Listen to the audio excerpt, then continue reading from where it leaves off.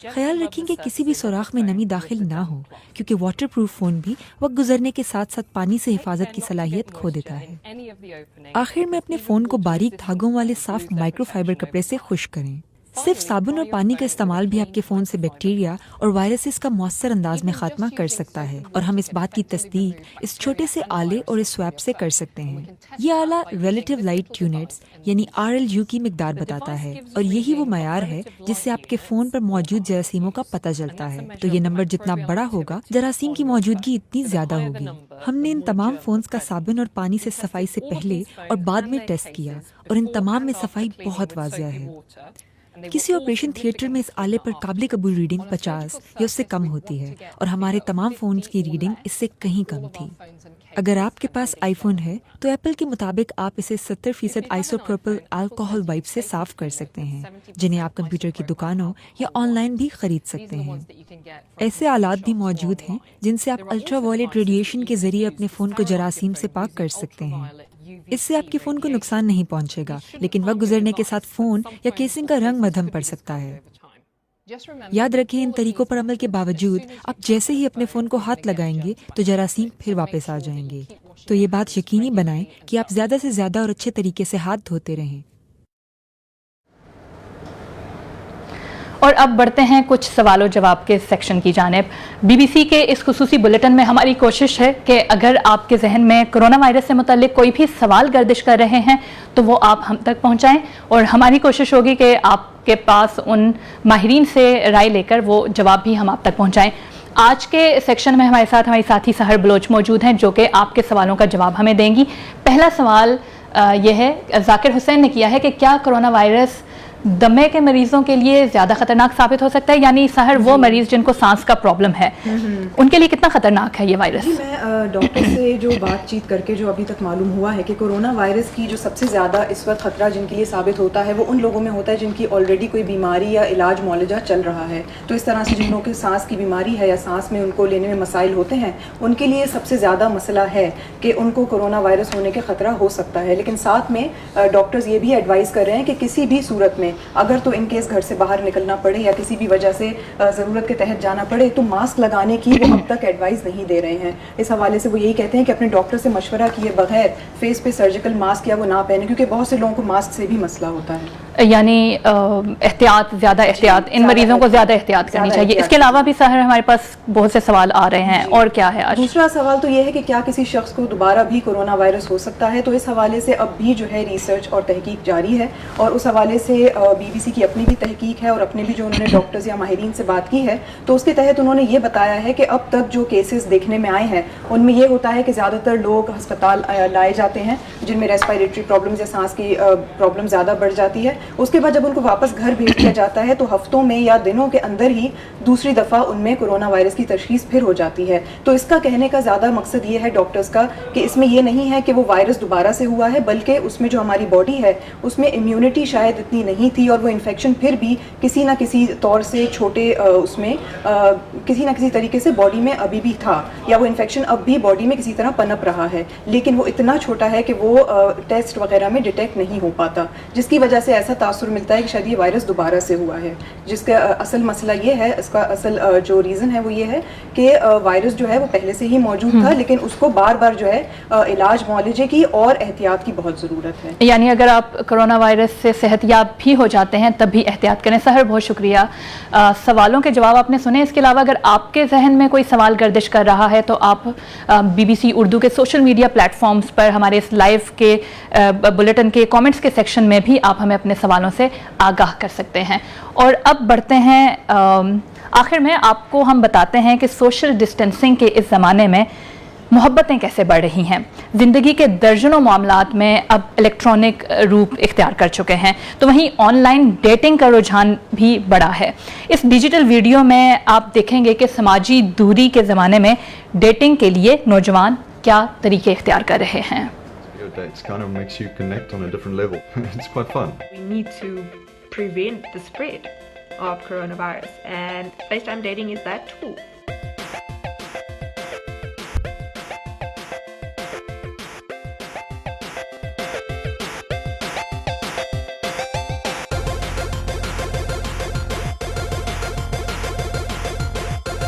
because of the coronavirus, I personally have decided to stop using dating apps like Tinder. It is quite challenging. We are not used to not seeing each other for such a long time.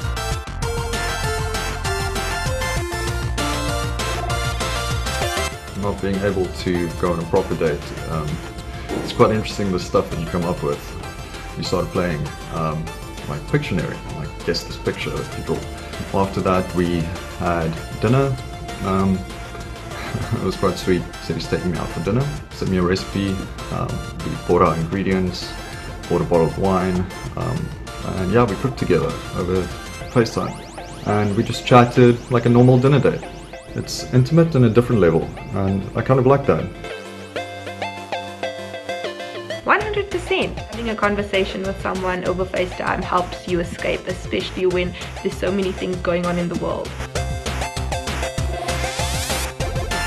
We decided to have a stay-at-home date night. So I pulled down this really sparkly dress, he put on his suit jacket. We ended up, dancing in the living room and drinking some champagne that we had in the fridge. We tried to be productive, so we would be on Discord while we're studying. We would do movie nights through Skype, and honestly, it really, really helps.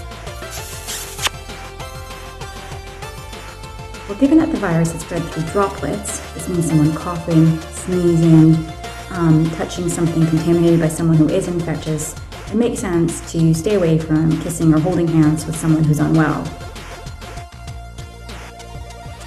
Stay safe, stay single.